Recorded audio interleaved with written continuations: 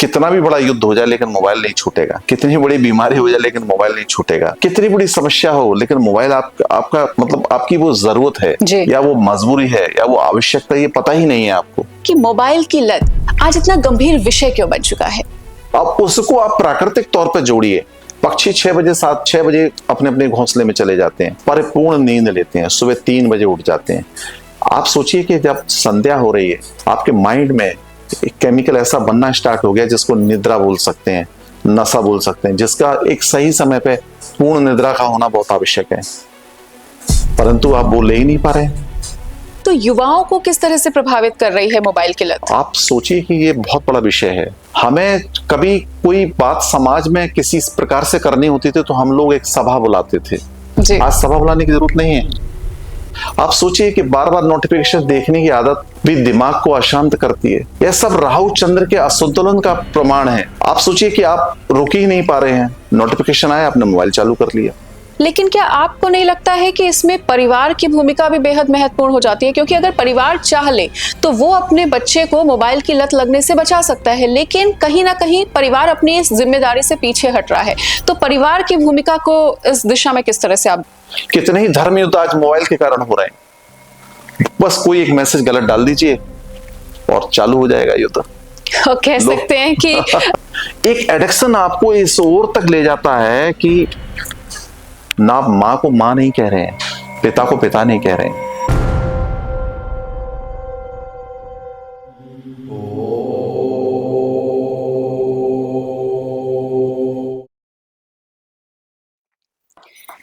नमस्कार दर्शकों, मैं मनीषा सिंह आप सभी का एक बार फिर से स्वागत करती हूँ तंत्र पाठशाला पॉडकास्ट में।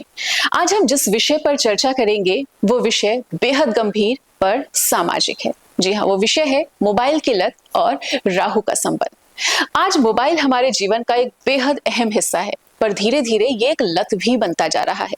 पर क्या इसका कोई ज्योतिषीय संबंध भी है? क्या राहु इसमें कोई महत्वपूर्ण भूमिका निभा रहा है? इन तमाम सवालों के जवाब खोजने का प्रयास करेंगे और इस जानकारी पर प्रकाश डालने के लिए हमारे साथ आचार्य अतुल नाथ महाराज जी भी मौजूद हैं। तो आचार्य जी बहुत बहुत स्वागत है।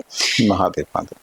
तो आचार्य जी, सबसे पहले सवाल तो हमारा यही है कि मोबाइल की लत आज इतना गंभीर विषय क्यों बन चुका है?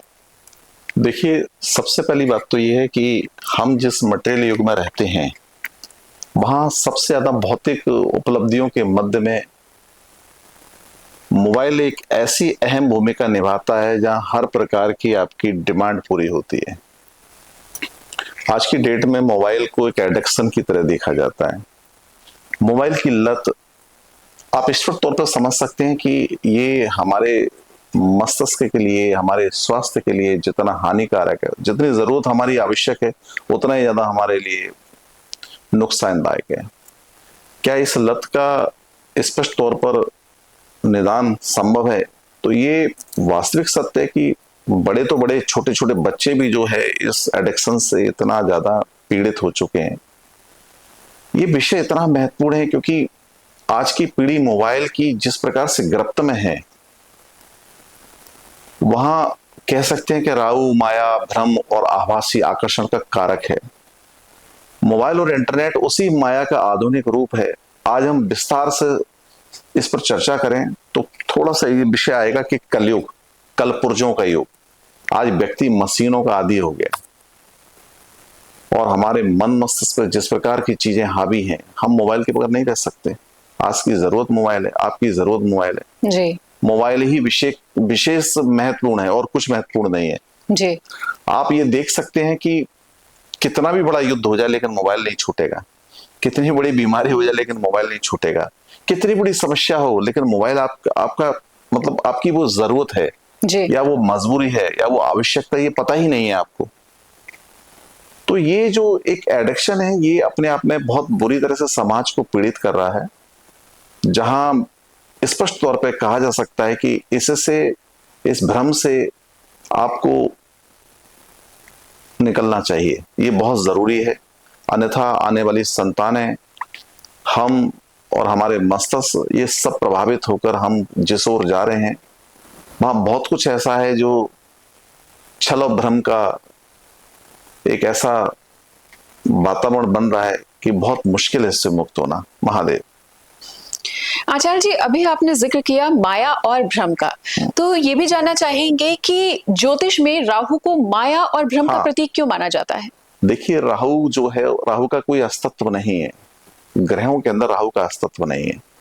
और जब वो आसुरी था, मतलब असुर होकर जब उसने अमृत पान किया, तो मात्र उसके पास मस्तिष्क रह गया, धड़ को अलग कर दिया। तो आप सोचिए कि जो भ्रम जाल है, वो भ्रम जाल एक आकर्षण का विषय है जो हम सबके लिए अत्यधिक महत्वपूर्ण है। लेकिन अमृत पीने के बाद वो असुर, वो देवताओं से ऊपर हो गया। और उसकी महत्वपूर्ण भूमिका आप समझिए कि वो जितना प्रभावशाली है, जितनी गति, तीव्र गति से भागने वाली चीजें हैं, वो राहु ही है जो कर रहा है। राहु के कारण ही हिप्नोटिज्म है। राहु ही एक ऐसा विषय है जहां हमें एडिक्शंस देता है। राहु एक ऐसा विषय है जहां हमारे ब्रेन को स्पीड की आवश्यकता है। राहु एक ऐसा विषय है जो माया है। अब सोचिए कि राहु का जो सब्जेक्ट है वो है क्या। राहु जहां जितना खराब है उतना ज्यादा अच्छा भी है। लेकिन राहु ने क्या किया, इस कलयुग में अपने उस माया जाल को फैलाकर हमें उस ओर धकेल दिया जहां हम मति भ्रमित हो जाए। अर्थात आध्यात्म और विज्ञान की एक युद्ध में स्थिति है। एक तरफ विज्ञान है जहां राहु है, और एक तरफ आध्यात्म है जहां बृहस्पति है, और दोनों में युद्ध बराबर है। आध्यात्म व्यक्ति हर प्रकार से वैज्ञानिक वस्तुओं को छोड़ना चाहता है, और वैज्ञानिक व्यक्ति हर प्रकार से आध्यात्मिक चीजों को प्रैक्टिकल तौर पर नापना, तोलना चाहता है और नकारना चाहता है। ये एक युद्ध है जो बराबर निरंतर चल रहा है। महादेव जी आचार्य जी, तो बेहद अहम जानकारी आप साझा कर रहे हैं। और आचार्य जी, आपसे ये भी जानना चाहेंगे कि क्या आजकल मोबाइल और इंटरनेट को राहु का एक आधुनिक माध्यम समझा जाए? ये वास्तविक सत्य है कि राहु का आध्यात्मिक महत्व जो है वो यही है कि जो उपलब्धि है और जिस प्रकार से हम इंटरनेट से या चीजों से जुड़े हुए हैं, जी, ये सब राहु ही कारक है। यहाँ राहु इतना प्रबल है। आप सोचिए, जिस व्यक्ति की कुंडली में लगन में राहु है, 5th हाउस में राहु है, 9th हाउस में राहु, अर्थात लगन को प्रभावित कर रहा है राहु। किसी प्रकार से संबंध बना के बैठा जिस किसी की कुंडली के अंदर, वो व्यक्ति के अंदर एक एडिक्शन पैदा हो गया। स्पीड चाहिए उसको ब्रेन की, उसका माइंड शांत नहीं है। वो गाड़ी भी फास्ट ड्राइव करना चाहता है, लेट नाइट चैनल्स देखना चाहता है। और फैक्ट है कि मोबाइल जैसी चीजों को वो छोड़ ही नहीं सकता। मतलब इलेक्ट्रिक चीजों का इतना हैबिचुअल, खैर आज की आवश्यकता, भौतिक आवश्यकता भी है कि और कोई काम इंटरनेट और मोबाइल्स के बगैर होता भी नहीं है, परंतु एडिक्शंस होना और उसके बुरे प्रभावों से प्रभावित होना, ये भी एक अपने आप में एक अहम विषय है। जी आचार्य जी, तो बेहद महत्वपूर्ण जानकारी आप दे रहे हैं। और आपसे ये भी जानना चाहेंगे कि आज की तिथि में क्या मोबाइल और इंटरनेट को राहु का एक आधुनिक माध्यम भी समझा जा सकता है? कहा जा सकता है, बिल्कुल। मोबाइल और इंटरनेट एक्चुअल राहु की ऊर्जा का आधुनिक माध्यम है। जी, हम जहां पहले राहु नसों और जुए के रूप में ज्योतिष के दृष्टिकोण में देखते थे, और खैर आज भी देखते हैं, परंतु आज वही ऊर्जा डिजिटल रूप में एक्चुअल स्पष्ट हो चुकी है। सोशल मीडिया, गेम्स और ऑनलाइन मनोरंजन में जहां राहु के भ्रमजाल का एक बड़ा हिस्सा मौजूद है, यह सब आकर्षण तो लगता है, लेकिन अंत में खालीपन और थकान देने वाला है और मानसिक भ्रम पैदा करता है। और ये राहु ही है जो हमें प्रेरित कर रहा है, यही फैक्ट है।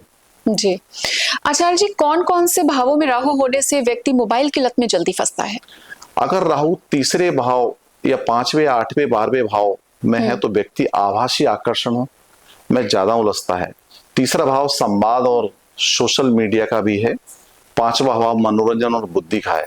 और वहीं 8वां भाव मृत्यु, मोक्ष, आभासी अनुभवों का। इन स्थानों में अगर राहु या उसका संबंध है या उस प्लेनेट से संबंध है, तो आप इस पर समझिए कि मोबाइल जैसी चीजों का दास मनुष्य बन जाता है, और वहीं हम प्रभावित हुए बगैर नहीं रहते। लेकिन आचार्य जी, राहु महादशा में मोबाइल का आकर्षण इतना ज्यादा बढ़ क्यों जाता है? राहु की माता से व्यक्ति का मन चंचल और अस्थिर हो जाता है। उसे वास्तविकता भारी लगती है और आभासी सुख अच्छे लगते हैं।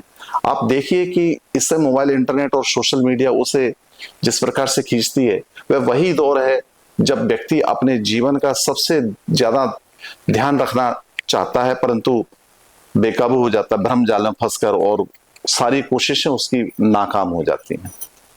तो आचार्य जी, मोबाइल की लत और राहु के संबंध में तो आप विशेष जानकारियां दे ही रहे हैं, लेकिन आपसे ये भी जानना चाहेंगे कि मोबाइल की लत में क्या केवल राहु की ही भूमिका है या अन्य ग्रह भी इसमें अपनी कोई महत्वपूर्ण भूमिका निभा रहे हैं?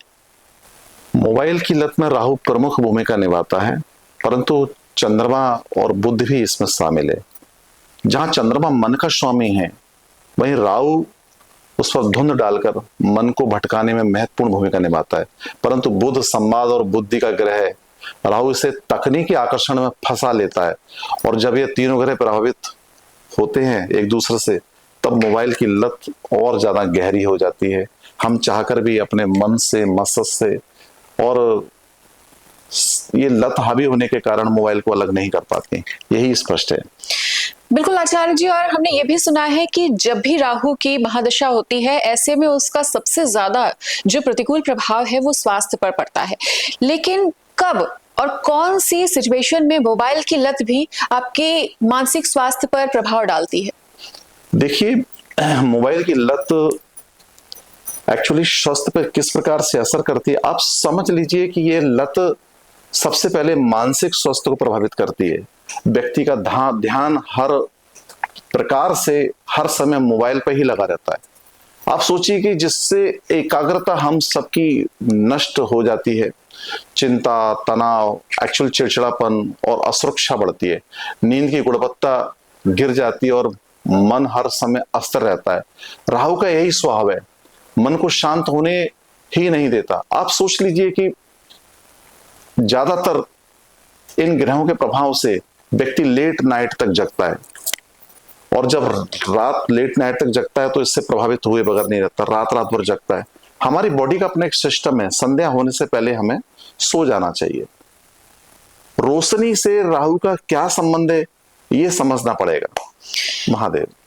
बिल्कुल आचार्य जी, तो आपने अभी ये जिक्र किया कि रोशनी से इसका क्या संबंध है। ये बेहद महत्वपूर्ण सवाल भी बनता है कि जो मोबाइल से निकलने वाली नीली रोशनी है, ये मन को किस प्रकार से उत्तेजित करती है और इसका नींद पर किस प्रकार से प्रभाव पड़ता है? देखिए, हम बहुत सेंसिटिव है, हमारा मस्तिष्क उससे भी ज्यादा सेंसिटिव है। मोबाइल की स्क्रीन से निकलने वाली वह नीली रोशनी मस्तिष्क को उत्तेजित करती है और मेलाटोनिक हार्मोन्स को दबा देती है, जिससे नींद नहीं आती। व्यक्ति देर रात तक मोबाइल चलाता रहता है और सुबह एक्चुअल अपने आप को थका हुआ महसूस करता है। आप सोचिए कि बार बार नोटिफिकेशन देखने की आदत भी दिमाग को अशांत करती है। यह सब राहु चंद्र के असंतुलन का प्रमाण है। आप सोचिए कि आप रुक ही नहीं पा रहे हैं, नोटिफिकेशन आया, आपने मोबाइल चालू कर लिया। ये एडिक्शन नहीं है तो क्या है? ये एडिक्शन ही है जो आपको जीने ही नहीं दे रहा है, आपके मन को सुकून, सुख नहीं दे रहा है। आप मानसिक रूप से बिल्कुल अपंग हो गए। महादेव।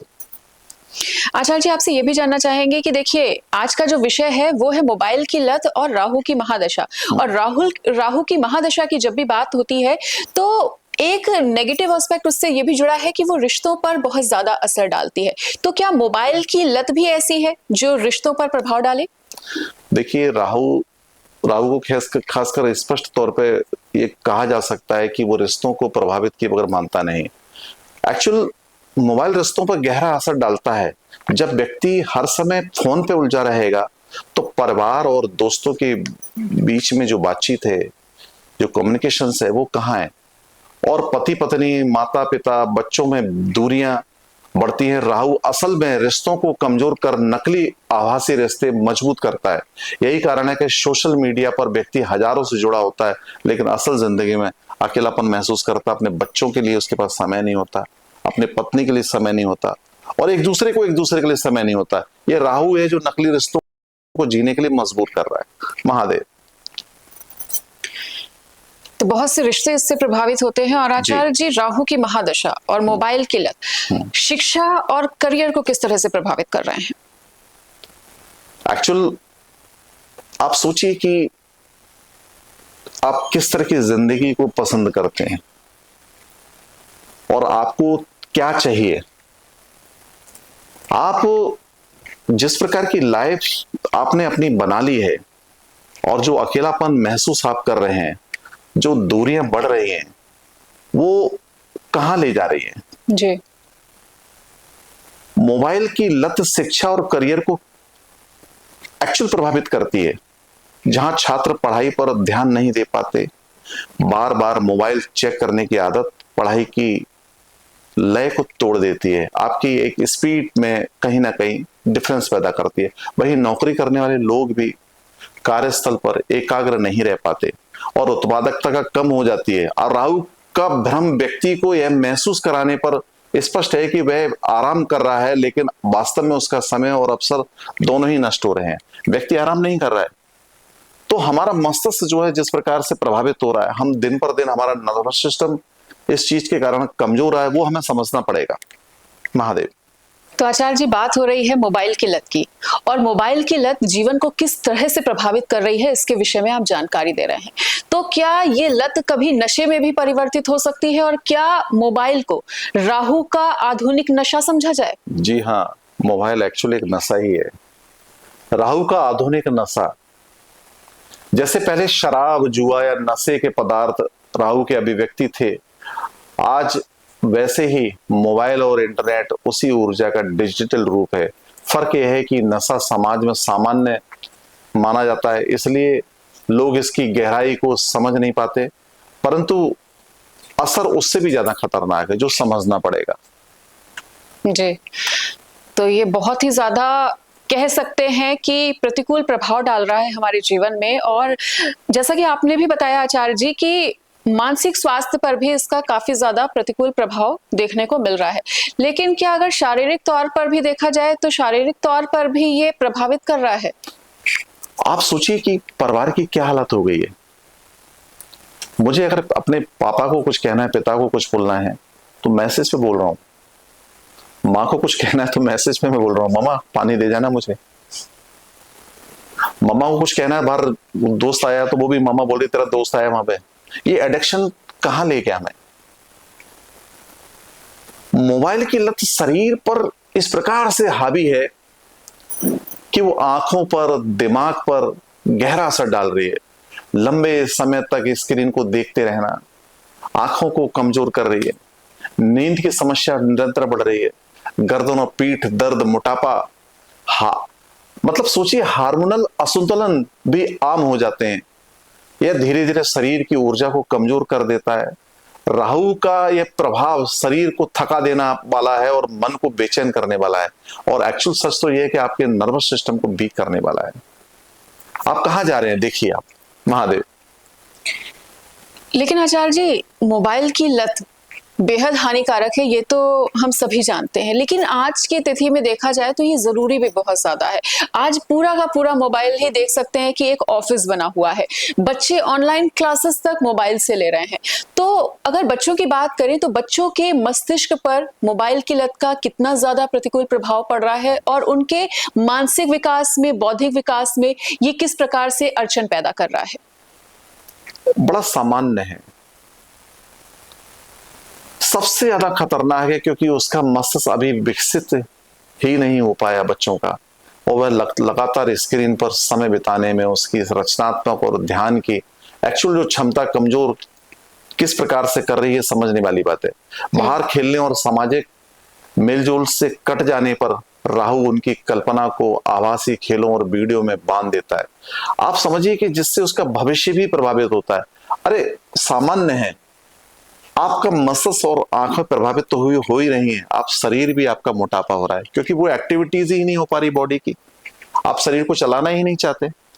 तो यहां तो स्पष्ट तौर पर लक्ष्य बिल्कुल निर्धारित है कि आप बिल्कुल अपने मस्तिष्क पर, अपने नर्वस सिस्टम पर, अपने ब्रेन पर, अपनी आंखों पर जिस प्रकार का असर मोबाइल से डाल रहे हैं वो बहुत गहरा है और बहुत ज्यादा खतरनाक है, जिसके दुष्परिणाम आपको भोगने ही पड़ेंगे। महादेव। बिल्कुल आचार्य जी, आजकल एक शब्द बहुत ज्यादा चर्चा में बना हुआ है, जेनजी। हाँ, तो मोबाइल की जो लत है वो बच्चों तक ही सीमित नहीं है, बुजुर्ग भी इसकी कह सकते हैं कि इससे बहुत ज्यादा ग्रसित हैं। तो अगर उन पर्टिकुलर जेनजी की बात करें तो युवाओं को किस तरह से प्रभावित कर रही है मोबाइल की लत? आप सोचिए कि ये बहुत बड़ा विषय है। हमें कभी कोई बात समाज में किसी प्रकार से करनी होती थी तो हम लोग एक सभा बुलाते थे। जी, आज सभा बुलाने की जरूरत नहीं है। मोबाइल पे ही सारा आप काम हो सिर्फ जाता मोबाइल है। पे एक मैसेज टाइप कर दो, इंटरनेट पर जितने लोग जुड़े हैं वो सब तलवारें लेकर निकल पड़ते हैं। बड़ा आश्चर्य, कितने ही उद्यम हुए मोबाइल के कारण, कितने ही मारकाट हुई है, कितने ही धर्म युद्ध आज मोबाइल के कारण हो रहे हैं। बस कोई एक मैसेज गलत डाल दीजिए और चालू हो जाएगा युद्ध। और कह लो सकते हैं कि आजकल तो युद्ध छोड़िए, आजकल तो चुनाव भी मोबाइल के माध्यम से हो और रहे हैं। चुनाव भी मोबाइल के माध्यम से हो रहे हैं। देखिए, नहीं वो ठीक है, चलो समय की आवश्यकता है। एक्चुअल प्रयोग और दुरुपयोग, हम किसी विषय के आदी ना हो। पश्चिम देश की अपनी एक अलग प्रकार की थ्योरी है, एक नई उपलब्धि उन्होंने की और हमें हमारे ऊपर थोप दी और हमारे अंदर वो एडिक्शन हो गया। एक्चुअली एक षड्यंत्र है जिसके कारण बहुत ज्यादा हम एक्टिव ना रह सके। कई ऐसे देश हैं जहां मोबाइल का प्रयोग ही बंद है, या कई ऐसे लोग हैं जो बचपन में यही बच्चों को समझाते हैं कि मात्र मोबाइल का प्रयोग सिर्फ काम के लिए करना है, उसको 24 आवर अपने हाथ में नहीं रखना है। ये अपने आप में बहुत महत्वपूर्ण है विषय। तो आचार्य जी, जैसा कि आपने बताया कि देश के नौनिहालों को प्रभावित कर रही है मोबाइल की लत, युवाओं को प्रभावित कर रही बिल्कुल। है, तो समाज पर इसका कितना ज्यादा बुरा असर पड़ रहा है? आप सामान्य तौर पर समझिए कि आज से 50 वर्ष पहले जब व्यक्ति टूटता था, बिखरता था किसी घटना के कारण, जी, तब उसकी स्थिति क्या थी? तब वो जाके सुसाइड नहीं करता था, वो किसी जुए में, शराब में, ड्रग्स की लत में पागल नहीं रहता था। वो जाता था किसी मंदिर में, किसी आध्यात्म में, किसी तीर्थ स्थल पर, और वहां उस आध्यात्म को अपना के मजबूत होकर आ जाता था। आज पूरा का पूरा समाज जो है जिस प्रकार से नशे की लत में है, आप घर घर देख सकते हैं कि बच्चों के अंदर एडिक्शंस है किस प्रकार का। आप सोचिए कि जितने बड़े स्कूलों में बच्चे पढ़ रहे हैं वो कहीं ना कहीं ड्रग्स से एडिक्ट हो गए। आज उनको ड्रग्स चाहिए और मोबाइल इजीली इन सब चीजों को उपलब्ध करा देता है। हम जिस शिक्षा के केंद्रों में भेज रहे हैं वहां मोबाइल अलाउड है। वो लोग कैसे अलाउड कर देते हैं, उनको इस पर एक अलग प्रकार का पाठ्यक्रम बनाना चाहिए जिससे बच्चे प्रभावित ना हो। वहीं समाज में जो बुजुर्ग लोग हैं वो अपने आईज खो के बैठे हुए हैं, उनकी एज इस प्रकार की नहीं। आप सोचिए 50 वर्ष के बाद कम चश्मा लग जाता है, डॉक्टर कहता है 40-42 वर्ष के बाद आपको चश्मा लग जाएगा। आप सोचिए कि हम जब मोबाइल पर ज्यादा रील्स देख रहे हैं, ज्यादा ही चीजों को देख रहे हैं, तो वो हमारी आईज को खा रहा है। आप सोचिए कि समाज किस प्रकार से प्रभावित है। एक मैसेज आया गलत और हमने किसी भी पॉलिटिशियंस के लिए, किसी भी एक्टर के लिए, किसी भी व्यक्ति के लिए एक गलत थ्योरी अपने माइंड में डेवलप कर ली जी, और हमने उसको कंफर्म भी नहीं किया। बिल्कुल। तो ये समाज और बच्चों को पूरे के पूरे समाज को निगलने के लिए जिस प्रकार का मोबाइल का दुरुपयोग है, या जिस प्रकार से मोबाइल से हम शोषित हो रहे हैं, ये अपने आप में समझने वाला विषय है।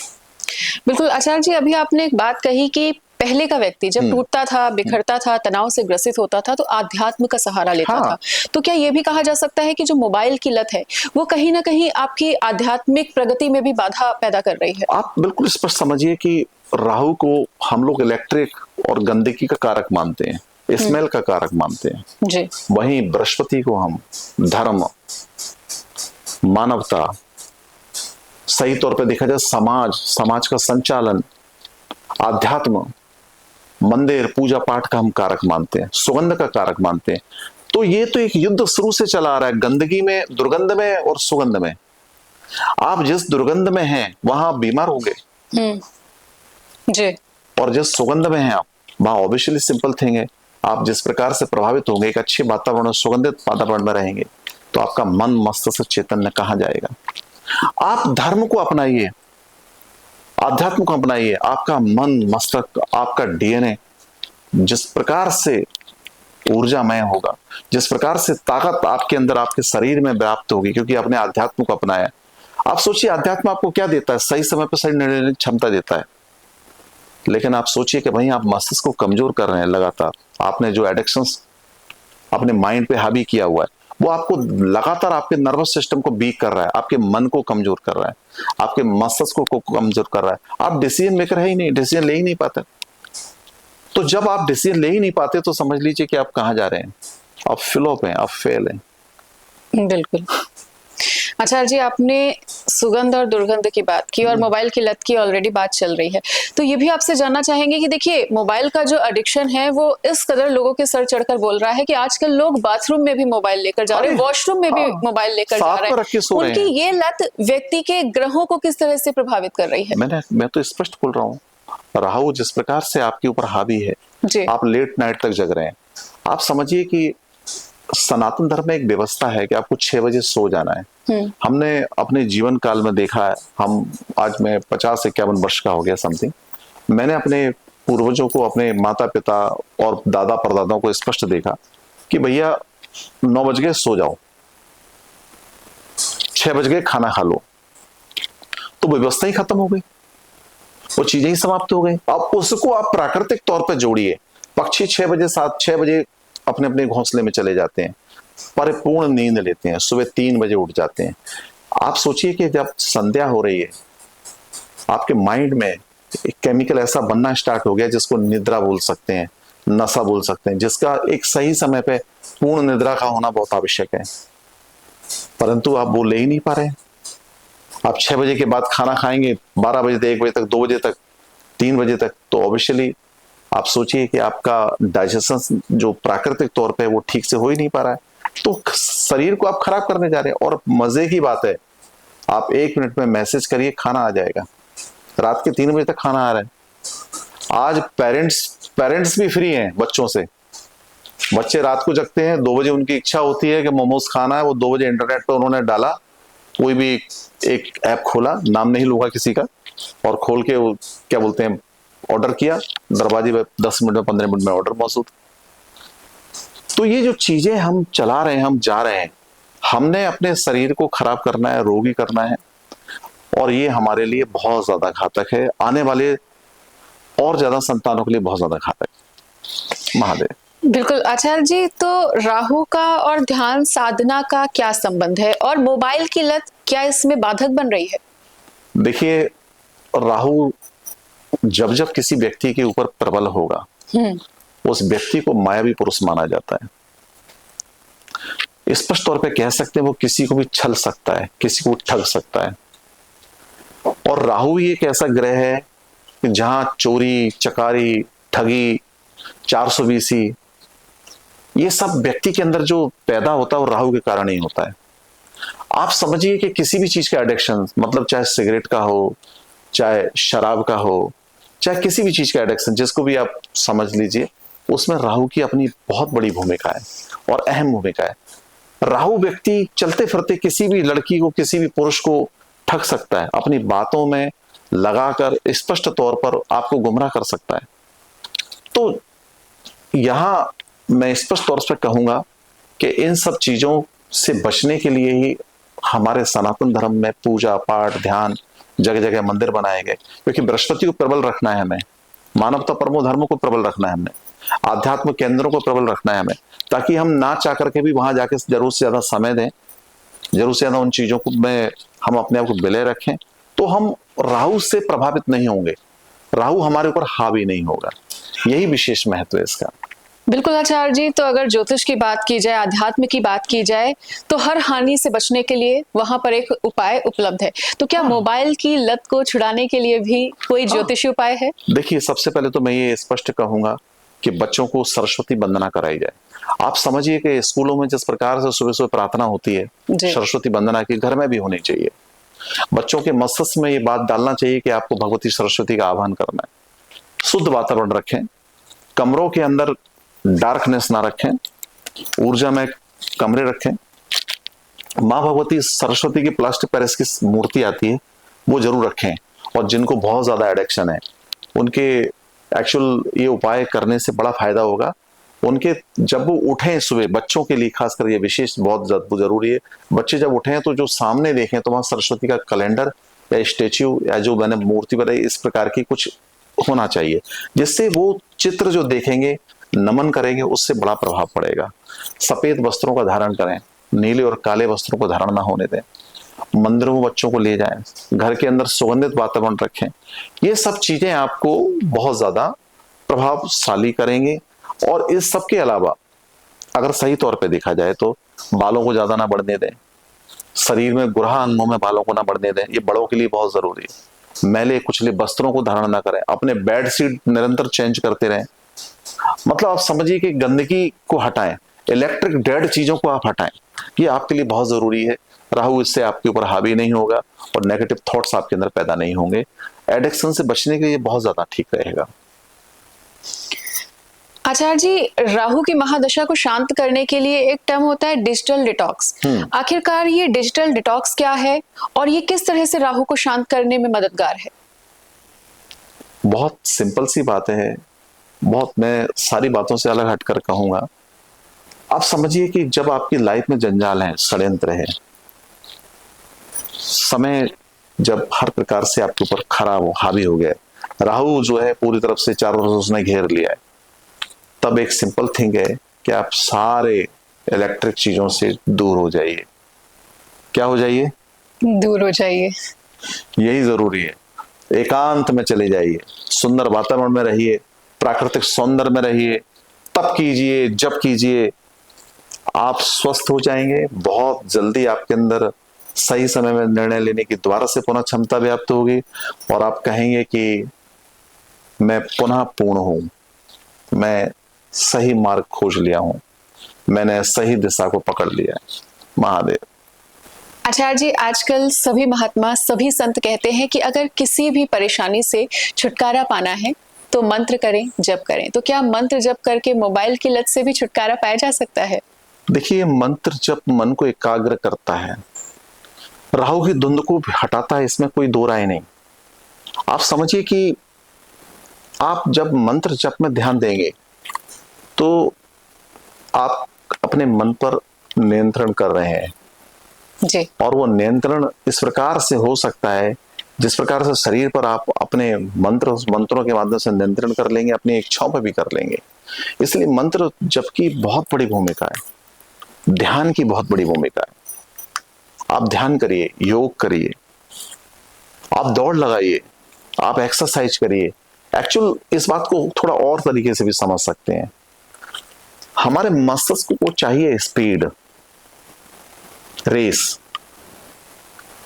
मोबाइल गेमिंग या मोबाइल गेम में जो लोग मोबाइल में गेमिंग कर रहे हैं या मोबाइल में गेम खेल रहे हैं, वो अपने ब्रेन को संतुष्ट कर रहे हैं क्योंकि स्पीड है उसमें।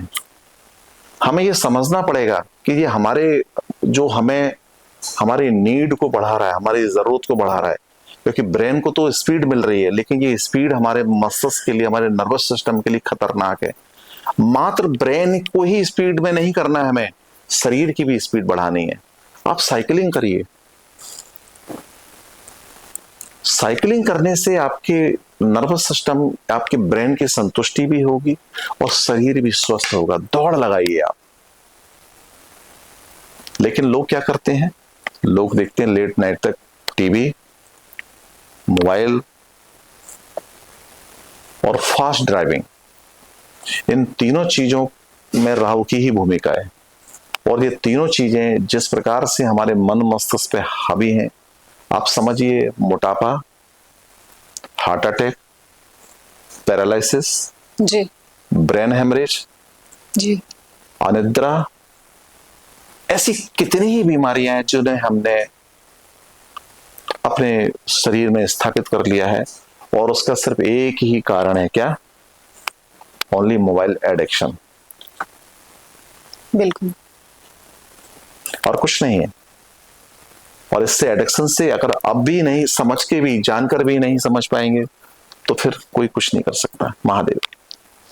आचार्य जी, राहु की महादशा को शांत करने के लिए अक्सर लोग दान पुण्य का सहारा लेते हैं। तो क्या दान पुण्य करके मोबाइल की लत से भी छुटकारा पाया जा सकता है? देखिए, दान पुण्य धर्म ठीक है, मन को संतुष्ट करता है, कुछ हद तक ज्योतिषीय उपचार में कार्य भी करता है, परंतु एक एडिक्शंस के लिए हमें खुद ही प्रयास करने होंगे, वो भी ऐसा जो हमने लत के तौर पे कर्म बना लिया अपना।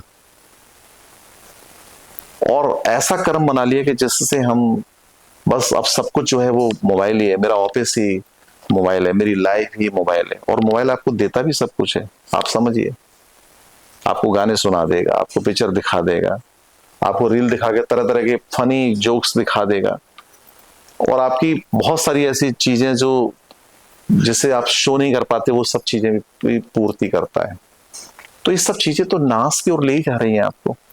हमें तो समझना ही पड़ेगा कि हम किस प्रकार से ठगे जा रहे हैं।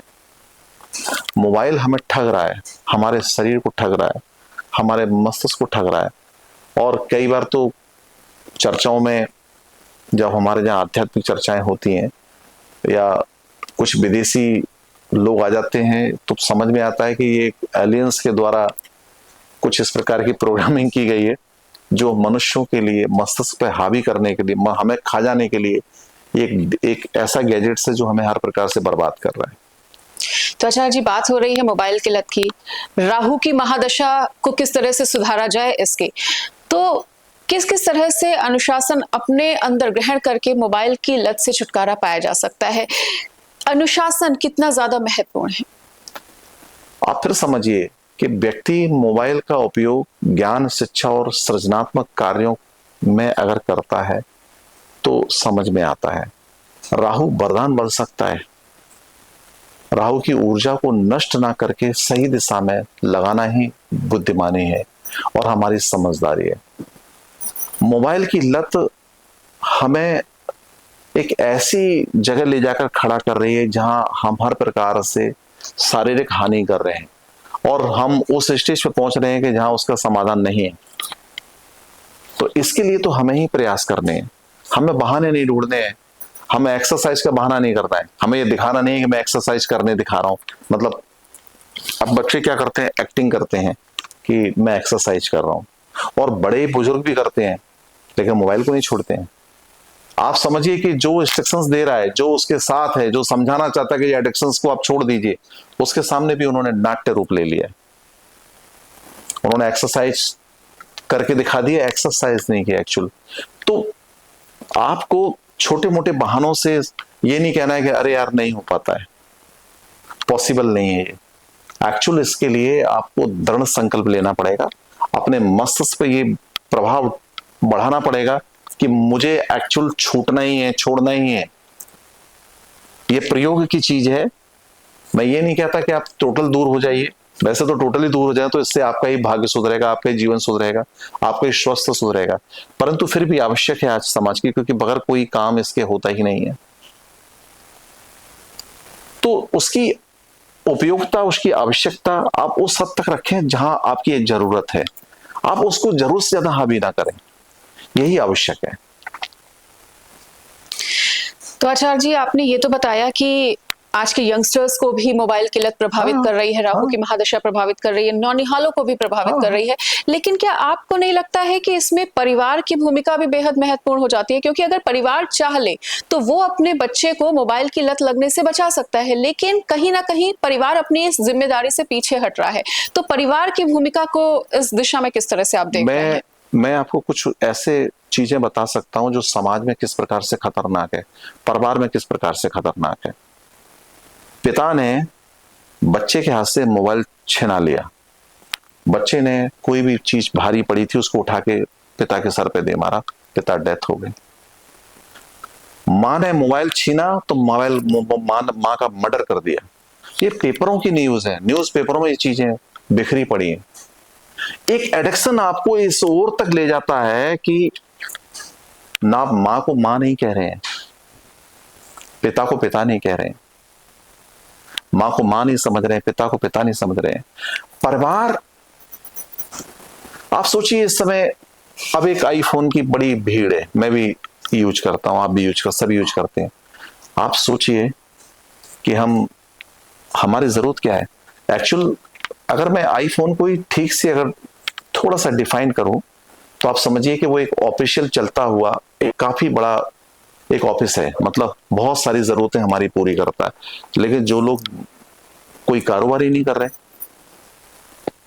जिनके पास कोई ऐसी व्यवस्था ही नहीं है कि जहां मोबाइल का ठीक से प्रयोग कर पाए, उसको इतना हैवी, इतना बड़ी रकम का मोबाइल सिर्फ शो ऑफ के लिए चाहिए।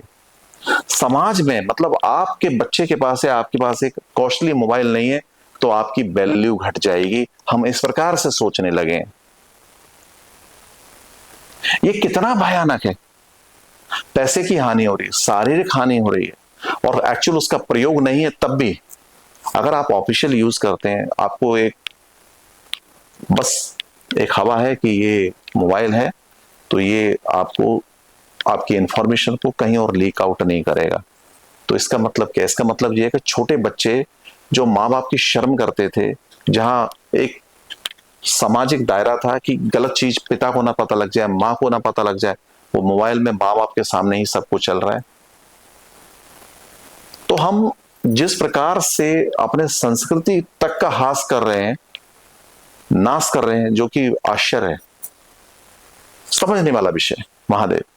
बिल्कुल आचार्य जी, तो क्या ध्यान साधना से, योग साधना से भी मोबाइल की लत को छुड़ाया जा सकता है? आपको अपने माइंड को चेंज करने के लिए ध्यान, मंत्र जप, पूजा पाठ, ये विषय बड़े गंभीर हैं। जहां व्यक्ति अपने मस्तिष्क में एक जिद, एक संकल्प के साथ बैठ जाए, ऐसे एडिक्शंस खत्म हो जाएंगे। आप समझिए कि इडियट बॉक्स है टीवी, मोबाइल एक इडियट बॉक्स है।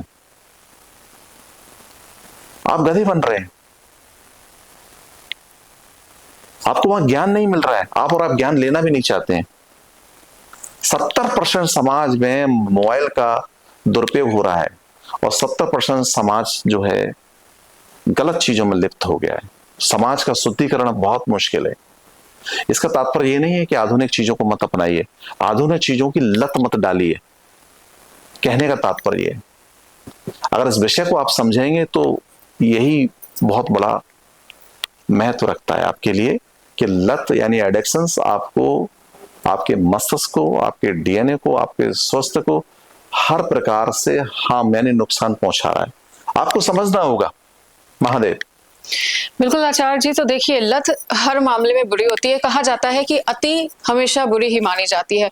लेकिन अगर नकारात्मकता की बात करें तो राहु महादशा के कौन कौन से नकारात्मक, नेगेटिव एस्पेक्ट है, ये सभी को पता है। लेकिन क्या किसी सिचुएशन में ये सकारात्मक भी हो सकता है? और मोबाइल की लत और राहु की दशा से जुड़ा हुआ आपका अंतिम संदेश क्या है, जो आप हमारे दर्शकों को देना चाहें? हमारे यहाँ जब हम सुबह उठते हैं, भगवती सरस्वती की, गायत्री की, लक्ष्मी की आह्वान करते हैं। हम परिवारों को चाहिए कि वही अपने बच्चों को सिखाएं। आप सरस्वती वंदना करिए, क्योंकि राहु का तोड़ ही सरस्वती वंदना है। स्पष्ट तौर पे कहा जाए, अगर राहु के प्रभाव को कम करना है तो सरस्वती आराधना अपने आप में बहुत बड़ी भूमिका है। शुद्धता का ध्यान रखें, ये आपके लिए बहुत महत्वपूर्ण है। महादेव। हर हर महादेव। तो आचार्य जी, आपने इस गंभीर विषय को, इस गूढ़ विषय को इतने सरल शब्दों में हमारे दर्शकों तक पहुंचाया, इसके लिए आपका बहुत बहुत धन्यवाद।